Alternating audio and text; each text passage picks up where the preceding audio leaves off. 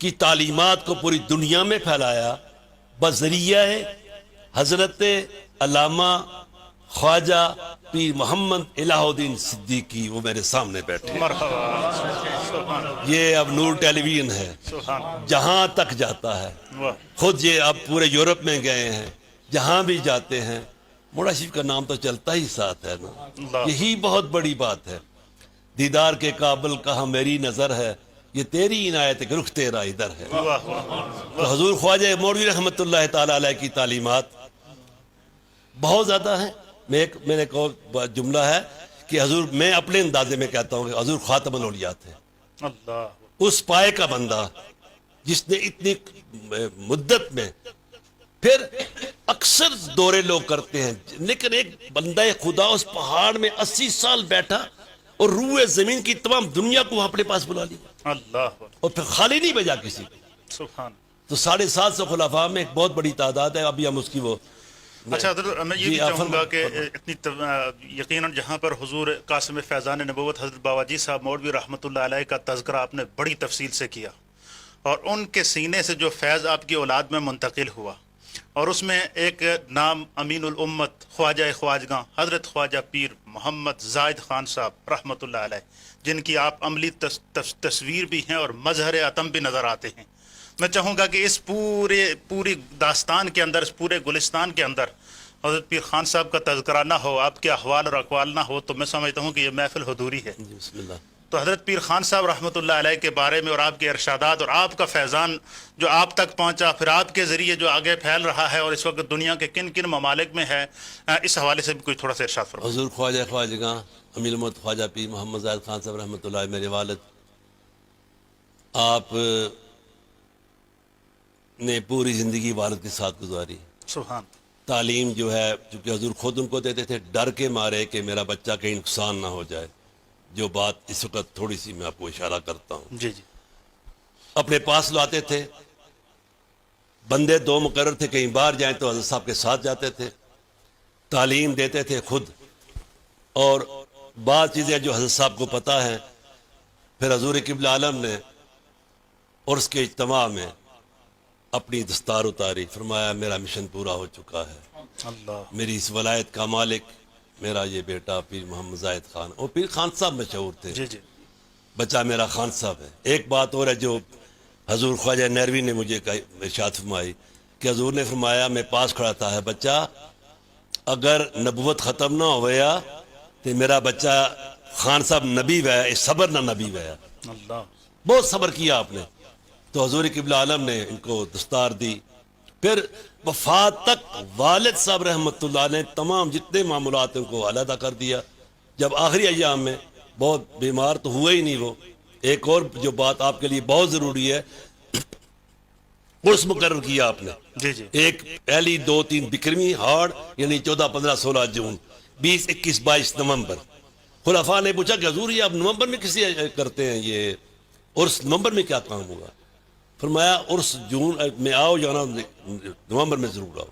لہذا 50 سال 80 سال کے بعد 20 نومبر 5 مگر 22 ذیقعد 1943 کو آپ کا وصال ہوا.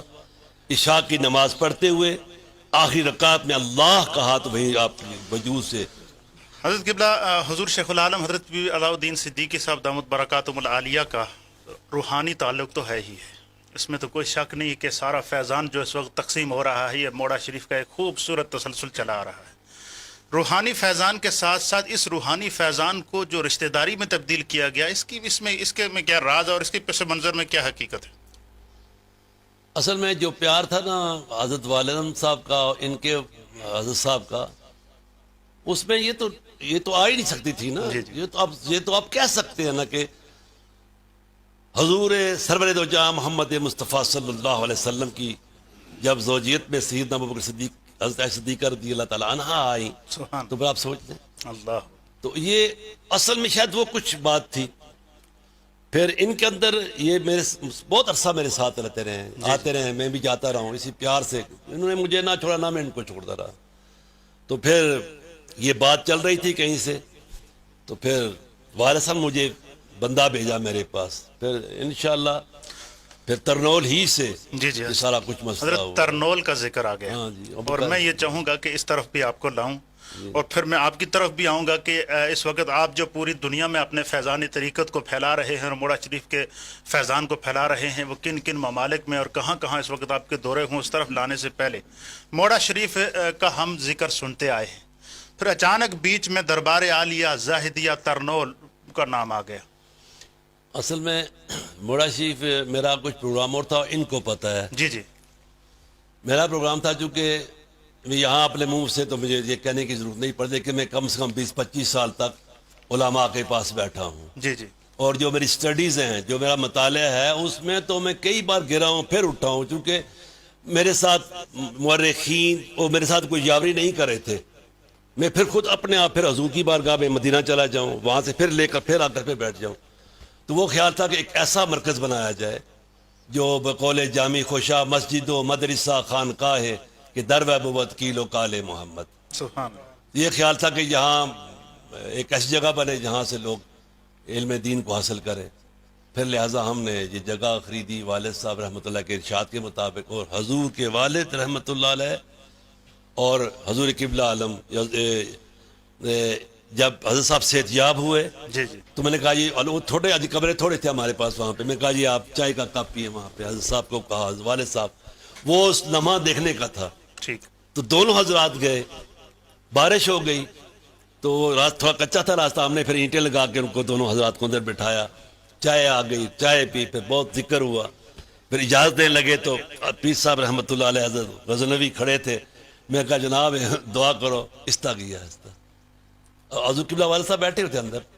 اے جناب ایک بہت دور جگہ جانے والی ہے، اللہ. ایک مخلوقات نے مرکز بن رہے تھے، واہ واہ. جہان دکھسی اس جگہ کی. سبحان. تو پھر زاہد آباد تنول ہم نے بنا. تو اللہ کا کرم ہے کہ الفاروق اسلامی اکیڈمی مصروف ہے وہاں پہ، اس کی برانچیز ہیں. ابھی 125 دفعہ عالمہ فاضلہ فاروق اکیڈمی سے گجرانے سے فارغ ہوئی ہے.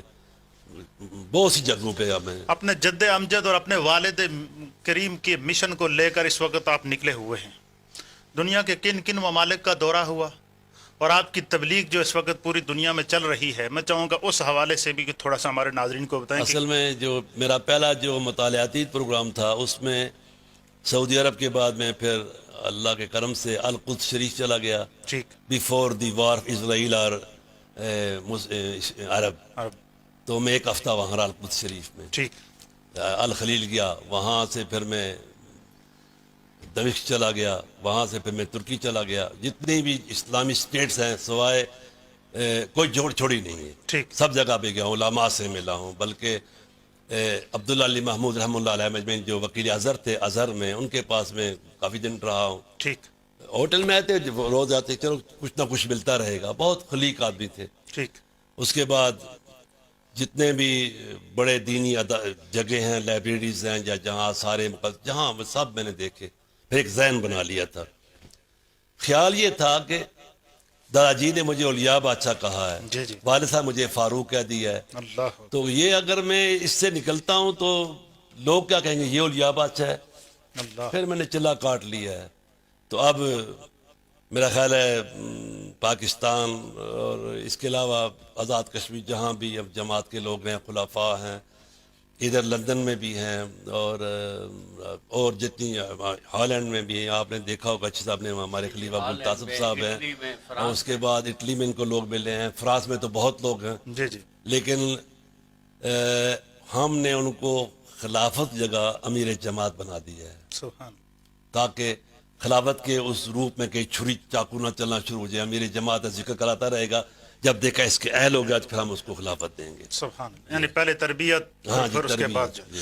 اچھا حضرت، آپ کے آبا و اجداد جو ایران سے ہجرت کر کے ہندوستان، پھر پاکستان، پھر موڑا شریف تک، یہاں تک یہ سلسلہ جاری رہا، کیا اپنا وہ جو مبدا اصل و ایران کا جس علاقے سے آپ کے آبا و اجداد آئے، کبھی وہاں پر بھی جانا ہوا؟ میں گیا ہوں، کیان میں گیا ہوں. اچھا. جگہ کا مجھے نہیں پتا. ایک اور بات آپ کو بتاؤں، جی.